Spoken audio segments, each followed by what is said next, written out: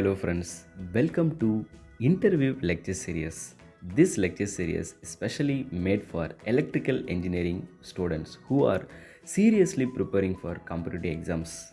As we all very well know, nowadays without appearing for interview, it is too difficult to get most of the jobs in India especially.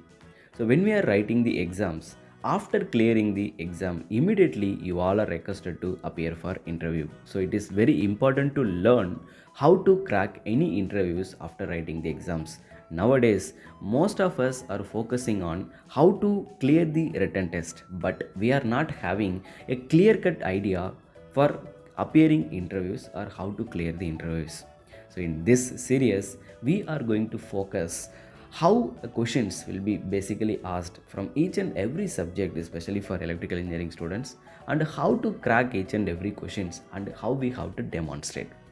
See, most of us are having some type of fear when we are appearing for interview, or when the moment we are getting the call, we will be start seriously preparing for interviews. But after appearing in front of the panel, we all getting nervous, fear when they are asking the questions, even though we very well know the answer for the questions. Because of our hesitations, fear and frustrations, we are unable to demonstrate the answer properly for the known questions that are being asked in the interview.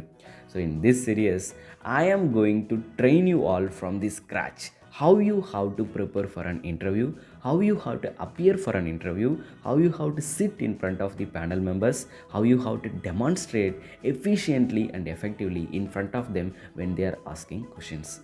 As we all very well know, especially for an electrical engineering student, the most of the questions will be asked from electrical machines and then power system or electronics. After that, there are some questions that can be asked from other subjects as well. But right now, the most important subjects are these three, what I told you. So in this lecture series, I am going to start from electrical machines, then we are going to focus on power system, and then we will be going to focus on power electronics, and then we will focus on circuit theory. So in this series, I'm going to demonstrate each and everything, how questions are being framed from machines and other subjects as well, and how you have to prepare, how you have to demonstrate without any fear and hesitations. It is very important to prepare from the scratch, and each and everything you should know how these questions can be asked and how I am going to demonstrate. So without wasting our time, let us start. In this video, I am going to explain a very simple question that you have learned from transformer. So the first question that can be asked in an interview when you are appearing from transformer is the question, as you are seeing on the screen. The question is, we all very well know the basic principle of transformer, and we know types of transformer, how it is working in our power system. But the question is, what if transformer is not there in the power system? What will happen? Is it very important to keep a transformer? That is the basic question that can be asked in an interview. How will you give the answer? You just pause the video and try to explain what will happen if transformer is not there. And what is the advantage if I will keep a transformer in our power system? So just you try to explain from yourself and then see the answer that I will explain here. Now let us take our transformer circuit. As you are seeing on the screen, you might have been studied these things. Transformer will be existing everywhere. From the generating station till the ending load distribution, we are having different types of transformers. One is called power transformer and another one is called distribution transformer. So what is the necessity of keeping transformers on both sending end and receiving end? What will happen if we don't have this set of transformers in our transmission line? So that is the question. Now let us say we don't have transformer in the transmission line. Then what will happen? Think what will happen is, from the sending end we are generating voltage. The generating voltage and current, when we are trying to transmit them to the receiving end, we have to carry them, the voltage and the current, for a very long distance.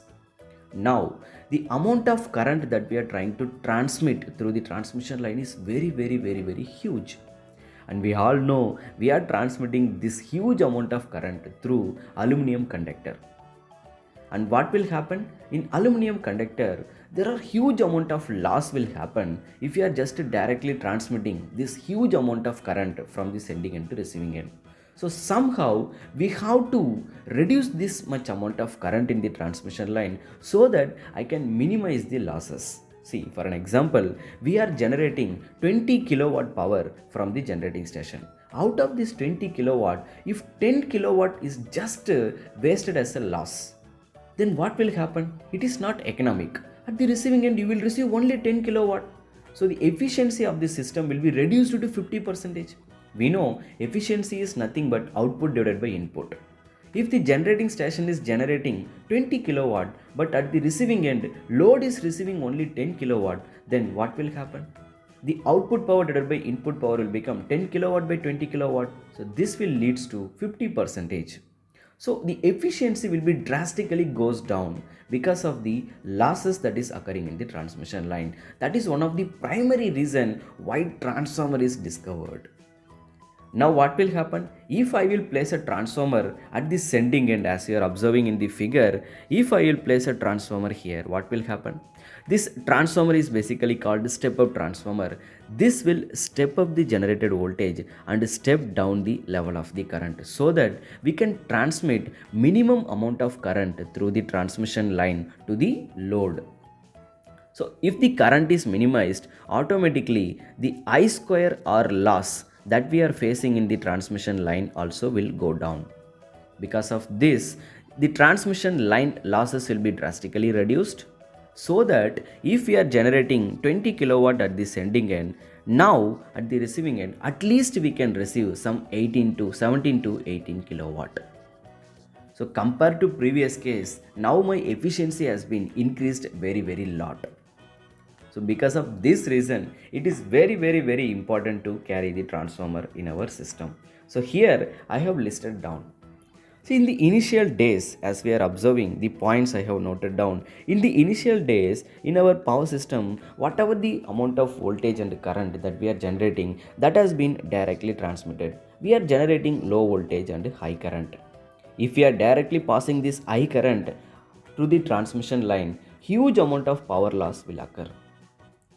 And another issue is, as we are generating very less amount of voltage, huge amount of voltage will become just drop in the transmission line. So in order to remove these two drawbacks, we have invented our transformer. So with the help of this transformer, as I told you, we can step up the voltage and we can step down the current, so that step up voltage means from the sending end we are increasing the voltage level.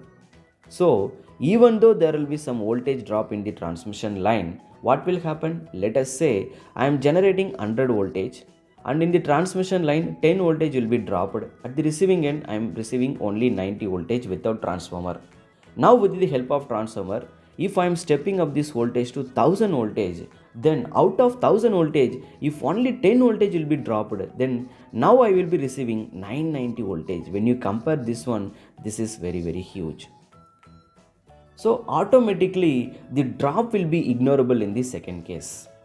So because of these two reasons, it is very important to go ahead with the transformer. So that is the primary reason why we are keeping transformer at both sides of our power system.